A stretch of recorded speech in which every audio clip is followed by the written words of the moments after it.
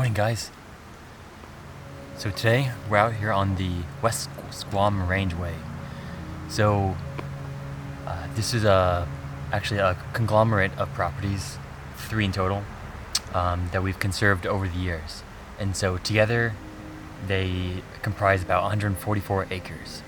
And so today's November 9th, and we're coming out here to try to see if we can find some more wildlife sign and talk to you about the property. So, in front of us here, we have a vernal pool. So vernal pools are a really great addition for wildlife in the forest.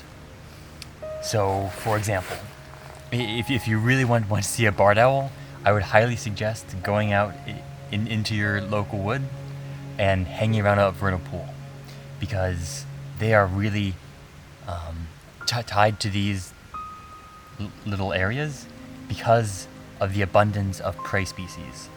So barred owls will be up in the branches here, and they'll be looking out for frogs, occasionally like fishes that they might take, but small mammals in particular.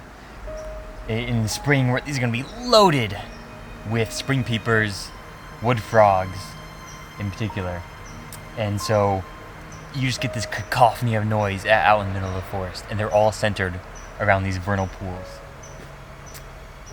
And actually, we have a surprise for you over here. Really great find, and I'll show you in a moment.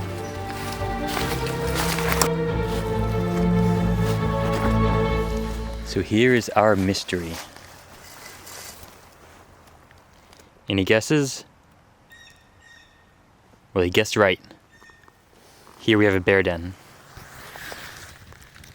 So this guy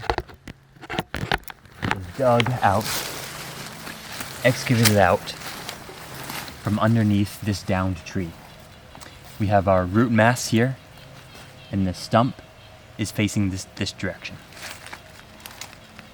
So this is going to be where the bears are hibernating during the winter.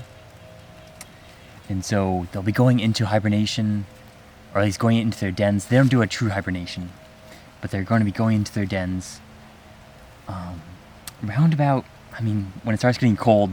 Traditionally, it would have been around middle of November, end of November, but if we don't really get a cold spell, they're going to be out longer. And so they're coming out in early spring, when food starts to become available. Snow is melting. They can start to find some scraps. And so this is a really great find to see. And we're only like 7 feet or so from that vernal pool. So we'll keep going, see what else we can find. Well, apparently it's our lucky day, because we've gone only 8 feet and we found 2 really cool things. Unrelated. And I'll show you the first one here. So here, we actually have owl scat. So that's what this whitewash is here. And so owls, hawks, raptors of the like will defecate this white kind of milky substance. And then right next to it is an owl pellet. And so this guy, right, they're going to be coughing up. So essentially, what they're doing, right, I told you before that they like vernal pools, so they're going to be sitting up in the branch here and then defecating and excreting the pellet. And then, just 1.5 feet away, we have a little piece of bone, probably from the bear, a leftover that the bear had at some point. So now we'll move on and we'll see what else we can find.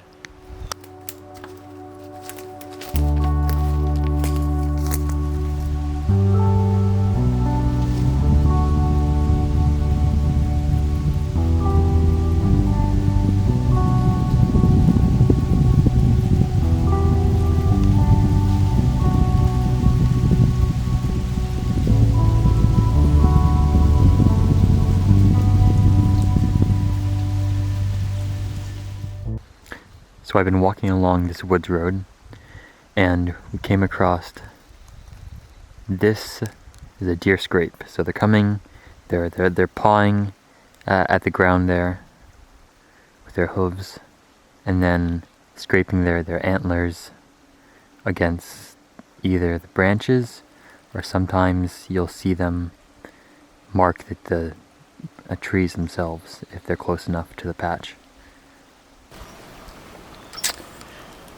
So we've come across a red pine here, and you might be able to see that there's some serious damage done to this pine. And I'll show you here closer.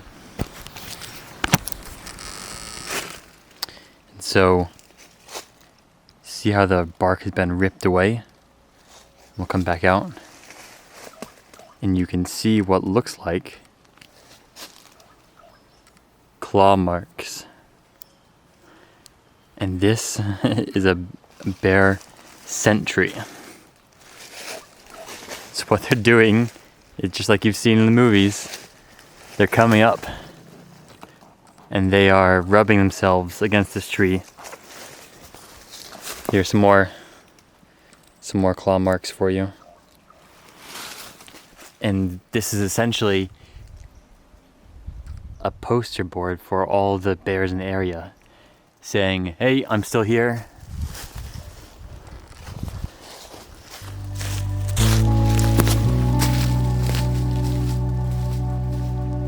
I've been out here before to this exact spot, and I've been able to call a barred owl in to just within the trees about 40-50 feet away. So I'm going to try it again. It may take me a little while, so we'll see how it goes.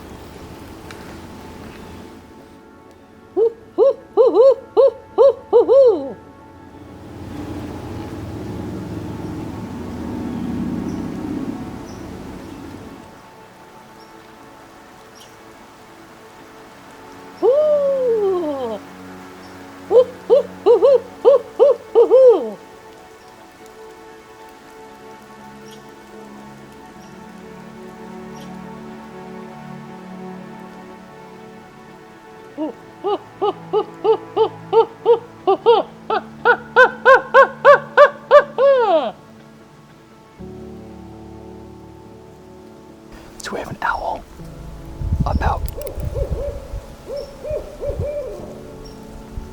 there it goes, flying to the right, and it's landed.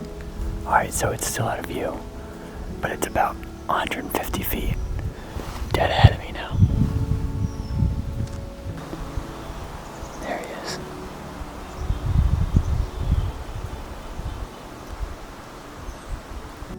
So the owl has flown directly above me.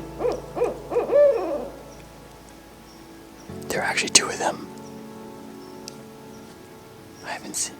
I only saw a glimpse of the second. He's literally in a tree, not 30 feet from me.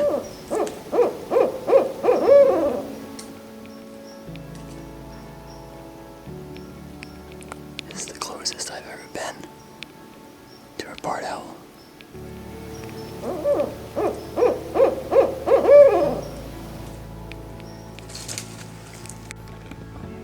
Okay guys, I'm gonna sign off to the calls of this barred owl. Yeah, he's still calling at me. It's pretty incredible. So, hope you enjoyed today. And we'll see you next time. Alright, thanks guys.